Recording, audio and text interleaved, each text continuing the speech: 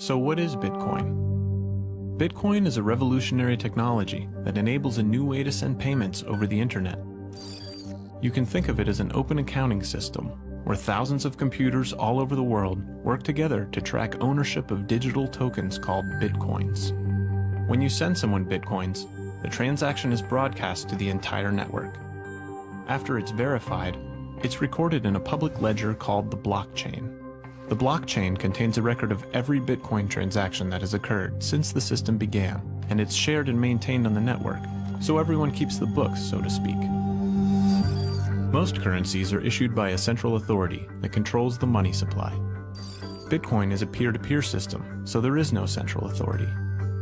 Instead, Bitcoins are issued to users who help process transactions in the network. This is known as Bitcoin mining. Bitcoin miners are specialized computers that do the work required to verify and record transactions in the blockchain. As a reward for their work, the miners earn Bitcoins, and this is how new Bitcoins are released into circulation. The system is programmed so that only 21 million Bitcoins will ever exist, and as time goes by, the mining reward decreases.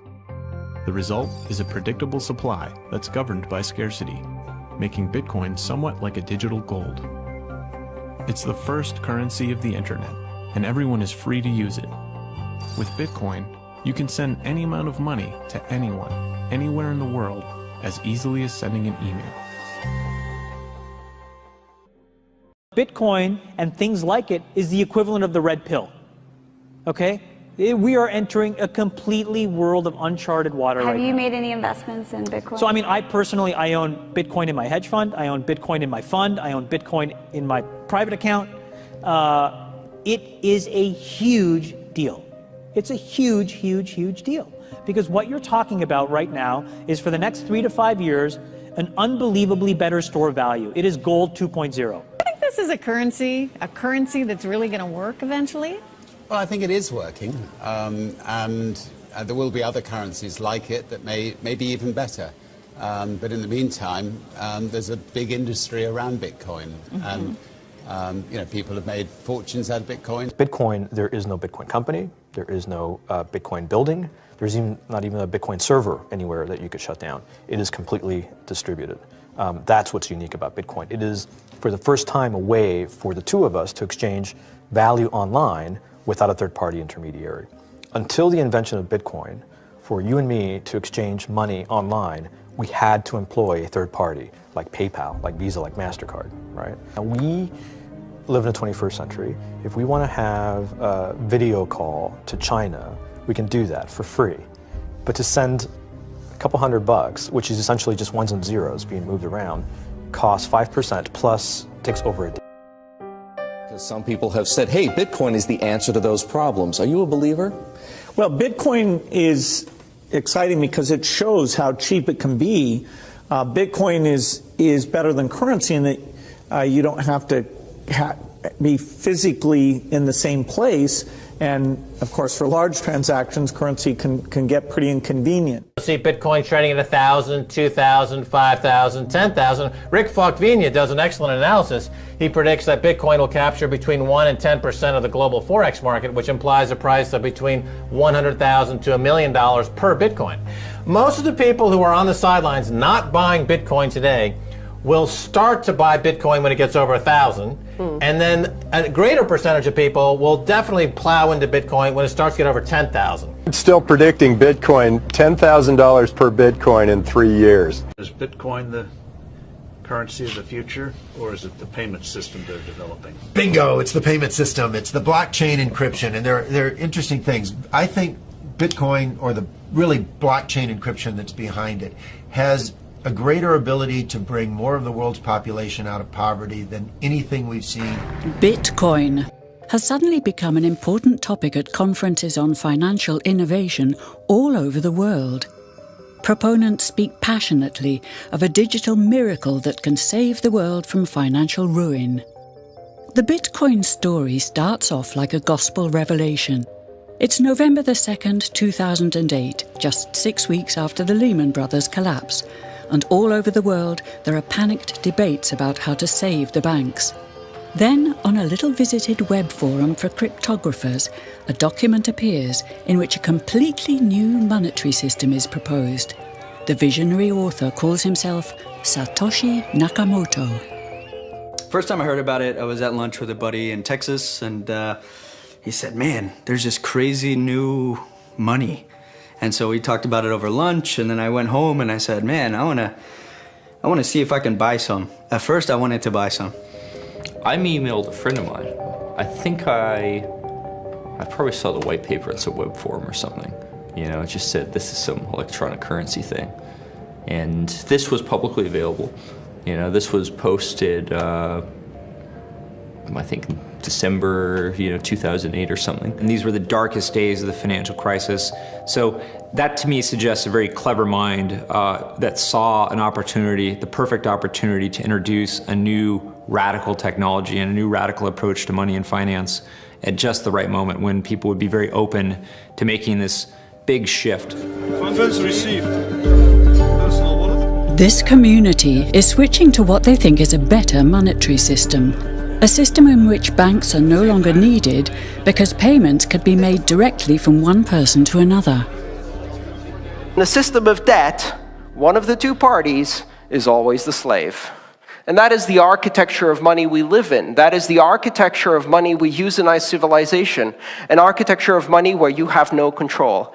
An architecture of money where every interaction is mediated by a third party that has absolute control over that money.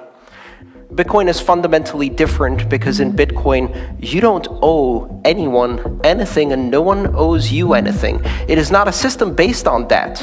It is a system based on ownership. And no one can censor it, no one can seize it, no one can freeze it. And what they will tell you is that they're worried. They're very worried. They're worried that criminals will use Bitcoin. But the truth is that they're far more terrified than all of the rest of us will.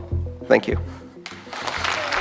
A Bitcoin is the reward for solving complex mathematical puzzles, and Bitcoin miners let their computers work day and night to complete these tasks. All the Bitcoin users in the world are connected, and together they constitute a network that processes and checks all Bitcoin transactions in a public ledger called the blockchain, and Satoshi Nakamoto designed it in such a way that users can create a free and anonymous Bitcoin account number, a so-called wallet. Satoshi's invention eliminates the need for a central bank, because all the users together are the bank. But early Bitcoin users had no idea how big Bitcoin and the blockchain would become. I think sometime in spring of 2010, I could be wrong on the exact dates, but basically someone put out a request saying, hey, I'd like to buy something with Bitcoin. Will anyone buy me a pizza?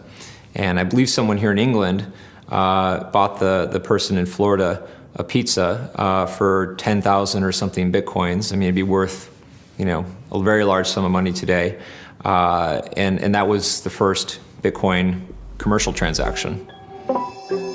Garrick Heilman, an economist at the London School of Economics, was one of the first scholars to study Bitcoin and the blockchain as a serious monetary system. As a scholar, did you sort of label it, or was it something totally new to you? It looked very different to me. I mean, as soon as I heard the word decentralized and the fact there was a network powering this currency rather than a central issuer, that immediately captured my interest as something quite different based on what little I knew about alternative currencies at that time. What it meant for people who are libertarians in particular is that the government couldn't come in and shut down a server and end Bitcoin. It would have to shut down the entire internet or turn off the electricity grid to stop Bitcoin. And so that was really attractive to people who are worried about these types of things. So what was supposed to be a very democratic system has ended up concentrating in exactly the same way that we have seen the banks concentrate their business. So now you have most of the miners are based in China, or most of the miners are huge server farms that, the average person can't be a miner anymore in Bitcoin. It's far, the barriers to entry are now really, really quite expensive. You have to invest in at least, thousands of dollars of equipment if you want to be a miner. Lots of paper money. So this is a receipt, and this is my public address and private key. You got it covered for us, so we cannot film it. That's right. Bitcoin. Over the past 2 years, new members are increasingly joining the Bitcoin community, not for ideological reasons, but for practical ones. In Kiev, there are some protests happening, so people started using social media to share their QR code. Within a matter of days, they automatically had $15,000 in their wallets from sympathizers to the protests. That money was transferred from around the world. It's an incredibly powerful example, because today I spent 7 years in Nicaragua, and today I still cannot use PayPal to transfer money to my friends in Nicaragua. Now, if you think about it, timestamp recordings of deaths, births, property, transactions, votes, this is the entire fabric of our civilization, which makes the blockchain one of the most profound human innovations of our time, because having a massive global ledger as a public utility can completely reorganize the way that we run our societies.